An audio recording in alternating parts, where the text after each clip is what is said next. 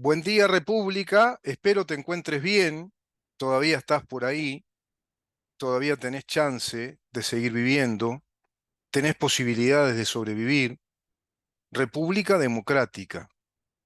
República y democracia representativa. República, democracia representativa y Estado de Derecho. Todo eso en su conjunto es el sistema, la tecnología de poder que nos ampara como un Estado técnico, eminentemente técnico, como una tecnología de organización social que nos protege, nos ampara en el reconocimiento indisoluble, en el reconocimiento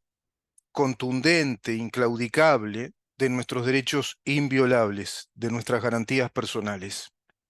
Ese es el Estado de Derecho como el andamiaje, como la tecnología jurídica que sostiene, que le da sustentabilidad, que le da vida, es el motor de una democracia republicana, que es la que sustenta los pilares filosóficos, las ideas de esa organización del poder desde las ciencias del derecho, desde las ciencias jurídicas. Eso en verdad es lo que está en juego en este año electoral en la República Oriental del Uruguay, que de República Democrática Representativa, según lo dicho, y de acuerdo a la Constitución de la República, ya nos queda mucho menos, está restringida, fuertemente restringida, a posteriori de 15 años consecutivos de Frente Amplio, porque a través de esos 15 años, desde un sistema de pactos, de negociaciones políticas, de negociaciones para obtener las cuotas necesarias en el Parlamento, es decir, el quórum para llegar a esas mayorías que establecieran leyes que propuso el Frente Amplio, ya no como planes de gobierno, sino como planes de un nuevo Estado, construyendo un nuevo Estado ideológico, cultural, marxista. Eso es lo que ha pasado en 15 años y muchos de ustedes, los que conocen el programa, ya por supuesto que comprenden de qué hablo, entienden, digamos, la plataforma de análisis, de desglose analítico y la perspectiva desde la cual hablo, que es todo esto que acabo de resumir. Y aquellos que recién me escuchan o me ven dirán, ¿y de qué está hablando? ¿De qué se trata? Porque hay muchos uruguayos todavía desprevenidos. Y uruguayos desprevenidos me refiero a uruguayos que tienen 40, 40 y poco de años, ni que hablar los que tienen menos, los treintones, los veinteañeros, los que recién van a votar. Fíjate vos la cantidad de generaciones, ¿no? Desde los 18 a los 45, 47 años, no tienen idea de esto que estoy hablando porque no se les instaló naturalmente en el sistema educativo. Fue cooptada la mentalidad, la perspectiva de la vida, la perspectiva y las percepciones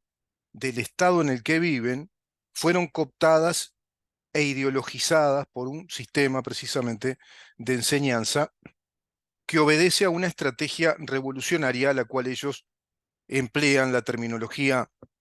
eufemística de transformación del Estado, transformación de la sociedad, porque ya los marxistas, al decir de Tungulfi, emplean un lenguaje rebuscado, alambicado, tan rebuscado, tan filigranado como aquel rococó que fue ya el bajo barroco, que era un estilo pictórico, arquitectónico e incluso llegó a ser un estilo narrativo, literario, que era precisamente recargado, se caracterizaba por ser muy recargado, muy alambicado, muy lleno de pequeñas figuras, de alambiques, de filigranas, de firuletes, y en la narrativa igual, una narrativa escabrosa, una narrativa complejizada, como a ellos les gusta, a los marxistas, y así entonces fueron modificando la retórica marxista original, la que está instalada en el manifiesto comunista de aquel Carlos Marx joven, la que desarrolla a posteriori con pretensión académica de teoría, inclusive teoría económica y teoría de la historia económica de la condición humana y de la teoría político-económica de la condición humana y teoría también filosófica, antropológica de la condición humana y teoría de la interpretación de la historia de la condición humana, cuando formula el materialismo dialéctico y formula así la lucha de clases ya en el desarrollo del Capital, Das Kapital, esa obra gigantesca en cuanto a volumen, en cuanto a tomos. Hay ediciones en 3 tomos. Yo tengo 2 ediciones distintas y un resumen, pero hay mucho más. Escribe también sus escritos filosóficos, económicos y filosóficos, 18º Brumario, y así también su colega, compinche, amigo, coteórico del marxismo, que es Federico Engels, con una enorme cantidad también de libros, formulando esa teoría que va a caer estrepitosamente en la comprobación de los hechos cuando la pretenden aplicar en rigor literal, digamos, interpretándola literalmente, exegéticamente, llevándola a la práctica de una organización política del Estado, económica, cultural, y me refiero a Lenin y a Trotsky, desarrollando en aquel contexto complejo de aquellos ares también despóticos, de una sociedad muy empobrecida, ultimada, y a su vez un ejército báltico que va a ser, bueno, digamos que escarmentado por el ejército japonés, sometido al escarnio público internacional cuando hunden esa marina del zar Nicolás II, y estrepitosamente va a caer a través de movimientos eh, terroristas, de comandos de espionaje y de terrorismo que se fueron montando en esos ejércitos que se van a llamar por Lenin los bolcheviques. Cuando se llega al gobierno con aquella revolución bolchevique, 1917, que se va a aplicar concretamente el modelo en sí marxista-leninista desde la teoría de Lenin, que sostuvo una retórica, una oratoria o una narrativa. Bueno, a partir de ahí comienza el desastre ya insinuado antes de personalidades muy violentas, muy nefastas para la condición humana, que plantearon un régimen totalitario, y en el año 1922 nace la Rusia soviética y con ella la Unión de las Repúblicas Socialistas Soviéticas. Y atravesando varios periodos, y cuando se da el endurecimiento del régimen con Joseph Stalin, que es un admirador de Marx y de Lenin y pretende ser precisamente el continuador, bueno, luego de la Segunda Guerra Mundial y precisamente de ese gobierno como primer secretario del Partido Comunista y de la Unión Soviética, Joseph Stalin, pretendiendo el desarrollo de una gran federación comunista, cuando se instala la Internacional a partir de 1919, eso va a continuar y va a irradiar incluso fuertemente su conquista, su colonización y el afán imperial desde el proyecto socialista, comunista o marxista-leninista, ya convertido también en marxista, leninista, stalinista con la Unión Soviética, como una fuerza imperial colonialista que a posteriori de la Segunda Guerra Mundial va a cooptar un montón de países de Europa del Este y generar entonces una prácticamente casi una tercera parte de la humanidad componiéndose en ese régimen totalitario. Se da esa Guerra Fría y en ese contexto de Guerra Fría surgen los distintos movimientos guerrilleros, terroristas contra los estados del mundo liberal, del mundo libre, de esto que hablamos, que es la democracia republicana, con una república democrática representativa y el Estado de Derecho, con una economía abierta al mercado, desde la propiedad privada, con el derecho de propiedad privada como un derecho inviolable, razón de ser del Estado. Van a luchar contra eso y cuando cae estrepitosamente ese modelo, porque no tenía sustentabilidad en los hechos, no se puede aplicar una economía ni un modelo económico que coarte todas las libertades prácticamente y centralice toda la economía, el poder económico, lo concentra el poder económico, el poder financiero, es el poder del dinero, el manejo del dinero, la distribución de esa riqueza, de ese dinero concentrado, el poder de decisión política, cómo organizar la sociedad, cómo organizar el Estado, desde un partido único y desde una ideología, por eso se ideologiza al Estado, se lo corporativiza. Bueno, cuando eso cae, se reedita rápidamente acá en América Latina con el Foro de San Pablo, 1990, con Fidel Castro y a Ignacio Lula da Silva. Y a partir de ahí se irradia una fuerte organización, también del mismo perfil, marxista-leninista, que va a ser cobijada por una internacional comunista que se va a concentrar en esta zona del mundo para toda América del Sur, luego la extienden al Caribe y ya ahora trazando puentes con Europa a través de España y de distintas organizaciones mundiales que le dan muchísima proyección también a esta reedición del modelo marxista-leninista instalado oficialmente en el año 2005, socialismo del siglo XXI, que es lo que se aplica concretamente en el régimen totalitario de Venezuela, con esa revolución llamada bolivariana desde el populismo revolucionario bolivariano. Todo esto que estoy diciendo puedes encontrarlo en una biblioteca de estudios de enormes académicos, estudiosos, científicos de todos estos temas, desde las ciencias sociales, desde las ciencias históricas, desde las humanidades, desde el periodismo especializado, que te van dando cuenta del proceso histórico que yo te resumo así, para llegar a un punto, Frente Amplio. Frente Amplio representa todo eso. El Frente Amplio es todo ese proceso totalitario de la ideología marxista-leninista, la ideología comunista, representada de modo claro, contundente y relevante en la historia del Uruguay por el Partido Comunista del Uruguay, que va a ser el partido en aquel entonces liderado por Ronnie Arismendi, estaba también Jaime Pérez, entre otros líderes de aquel entonces, muy alineados a la Unión Soviética, va a fundar el Frente Amplio. Es una idea original, nacida, creada, generada desde el Partido Comunista del Uruguay, que en connivencia con el Partido Socialista del Uruguay, también un partido marxista, de doctrina marxista, ahora mucho más radicalizado ya también hacia el marxismo-leninismo,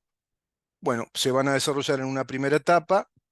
y luego vendrá una segunda etapa del Frente Amplio, que es ya el Frente Amplio accediendo al poder político del Estado uruguayo y gobernándonos durante 15 años consecutivos a nivel nacional, 36 años consecutivos a nivel del principal departamento de la República Oriental del Uruguay, que es nada más y nada menos que el departamento de su capital y a su vez el que tiene la mayor concentración poblacional, dada esta macrocefalia de Uruguay. Montevideo está prácticamente en 1.400.000 habitantes, en un país que es de 3,5 millones, y a su vez también conquistaron ya hace 18 años consecutivos el gobierno de Canelones, otro departamento fuertemente urbanizado. Montevideo y Canelones concentran la gran mayoría de la, digamos, el porcentaje más importante de la densidad urbana y poblacional del Uruguay, Canelones prácticamente con 500.000 habitantes. Anda sumando departamento de 1.400.000 más 500.000. Bueno, claramente estamos hablando de 1.900.000 personas en un país de 3,5 millones, y ahí vos tenés un cuerpo electoral importante. Tenés un componente del cuerpo electoral que está muy izquierdizado. En Montevideo 60% votó a Carolina Cose en las últimas elecciones, 36 años que son inamovibles. En Canelones ya 18 años. Y tenés un gobierno que vino a hacer una especie de disrupción histórica, no de disrupción institucional, de cultura política, de confrontación clara, contundente respecto a este modelo ideológico, cultural marxista que Uruguay ya es, porque muchos integrantes del Partido Nacional y Partido Colorado colegislaron ese modelo de los 15 años, colegislaron, por ejemplo, eh, el cambio sustantivo que comporta, según mi interpretación, un golpe de Estado técnico a nuestro Estado de Derecho, como ha sido el nuevo modelo del sistema de justicia penal, con la creación de la Fiscalía General de la Nación, el nuevo Código del Procedimiento Penal, todo eso concentrando el poder de administrar justicia penal, de someter a la ciudadanía a la justicia penal desde el Poder Ejecutivo con funcionarios que están integrados a un servicio descentralizado del Poder Ejecutivo y a su vez obedecen a un modelo procedimental que es de carácter netamente administrativo y fiscal llamado Sistema Fiscal Acusatorio Adversial, en claro antagonismo, en clara contradicción, inclusive atentatoria para con nuestro Estado de Derecho, respecto al modelo judicial del debido proceso, de acuerdo a la presunción de inocencia, bajo el tratamiento de la igualdad ante la ley, según nuestros magistrados judiciales, nuestros jueces, en la órbita del Poder Judicial, que es un poder independiente creado precisamente a los efectos de tener competencia o jurisdicción en todos los asuntos vinculados a la administración de justicia y muy sensiblemente a la justicia penal. Artículos 12 al artículo 23 de la Constitución de la República, los principios generales del proceso de acuerdo al Código General del Proceso y a su vez también el Código de Fundamento o de Derecho Sustancial o Material como lo es el Código Penal. Violan todo eso de modo contundente, un golpe de Estado muy fuerte que se colegisla, y a su vez formulan en el año 2009, presidencia de Tabaré Vázquez, una ley que nos indica que en Uruguay hubo terrorismo de Estado. A partir de esa ley del 2009 se va abonando la tesis política de que hay que combatir ese terrorismo de Estado, instalado desde el año 1968 a 1985. Aluden ahí de modo absolutamente falacioso, mentiroso, a un Estado terrorista, cuando desde el punto de vista del derecho no se puede aplicar ese concepto retroactivamente, dado que la tipificación penal de terrorismo de Estado no existía, no estaba tipificada en nuestro país ni en el mundo, empieza a regir a nivel internacional, desde la justicia internacional, que es el Estatuto de Roma, creándose la Corte Internacional Penal o la Corte Penal Internacional.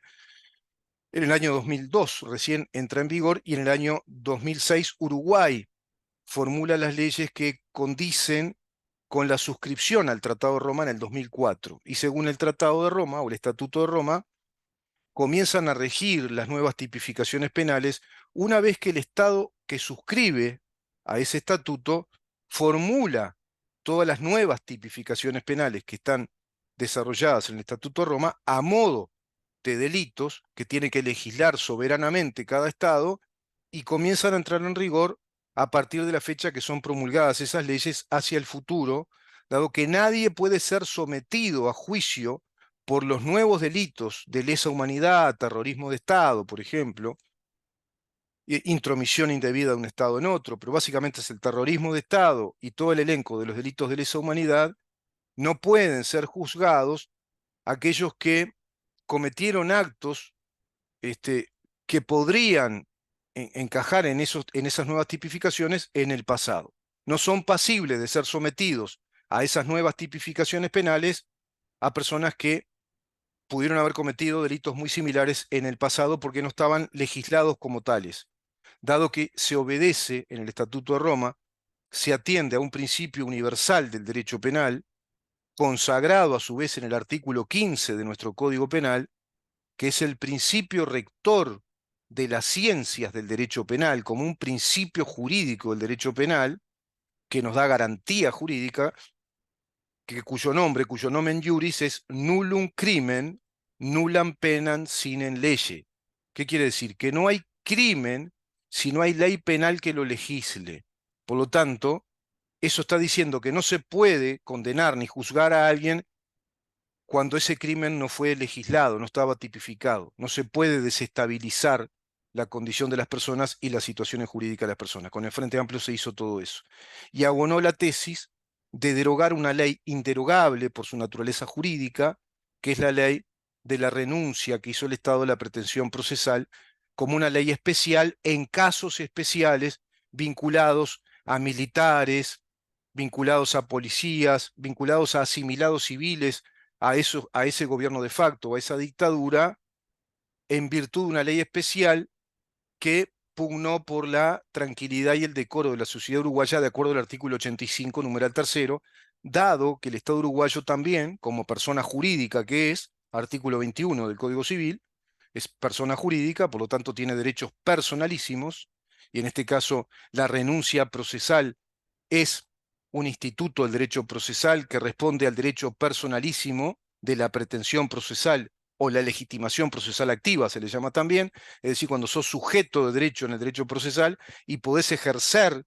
tu derecho a demandar, a acusar y a llevar a cabo un juicio contra alguien, contra una o más personas o contra una institución privada o pública, incluso contra el Estado, si vos tenés la legitimación procesal para hacerlo. Si fuiste dañado directamente, si fuiste perjudicado en un derecho o en un interés personal directo y legítimo,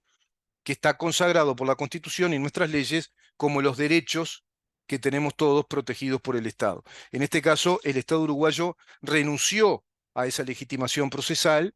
por lo tanto, establece ahí un modo excepcional de la extinción de esos juicios con carácter especial, de acuerdo a una ley especial, que solo se aplica en esos casos, por eso es una ley especial. No produce efectos generales, es solo para esos casos.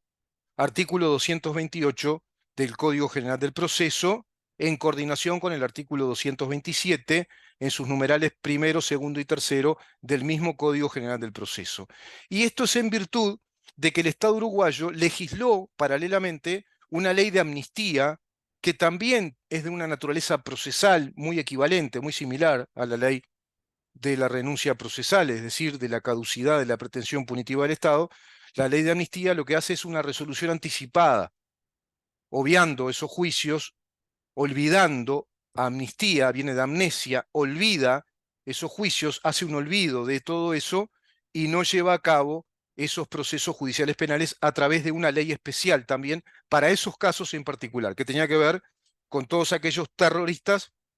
que atentaron contra el Estado en aquel proceso de Guerra Fría, en aquel contexto histórico de la Guerra Fría entre la Unión Soviética y los Estados Unidos, y básicamente entre la Unión Soviética y el mundo libre, y todos los países que respondían al modelo occidental de un Estado de Derecho y una república democrática. Todo eso sigue atacando el Frente Amplio. Lo hizo por dentro durante 15 años, contando con la complicidad y coautoría de integrantes de este gobierno, y este gobierno continuó ese modelo marxista cultural en nuestro país. Por lo tanto, tiene un bozal, digamos, en su retórica, en su narrativa electoral, respecto a las bases programáticas o al plan de gobierno que tiene Frente Amplio. Y acá me detengo un poquito y voy a hacer una segunda parte. ¿Por qué digo así? Porque estoy escuchando insistentemente, hasta el hartazgo, a distintos integrantes, referentes importantes de la coalición de gobierno, en esta para mí superflua campaña electoral de ambos lados, carente de contenidos, de sinceridad política, insistentemente escucho decir que el Frente Amplio no tiene plan de gobierno y por eso Orsi hace todas las pavadas que hace y dice los disparates o critican a este gobierno de deshonestidad. Y me temo que no están entendiendo cómo es la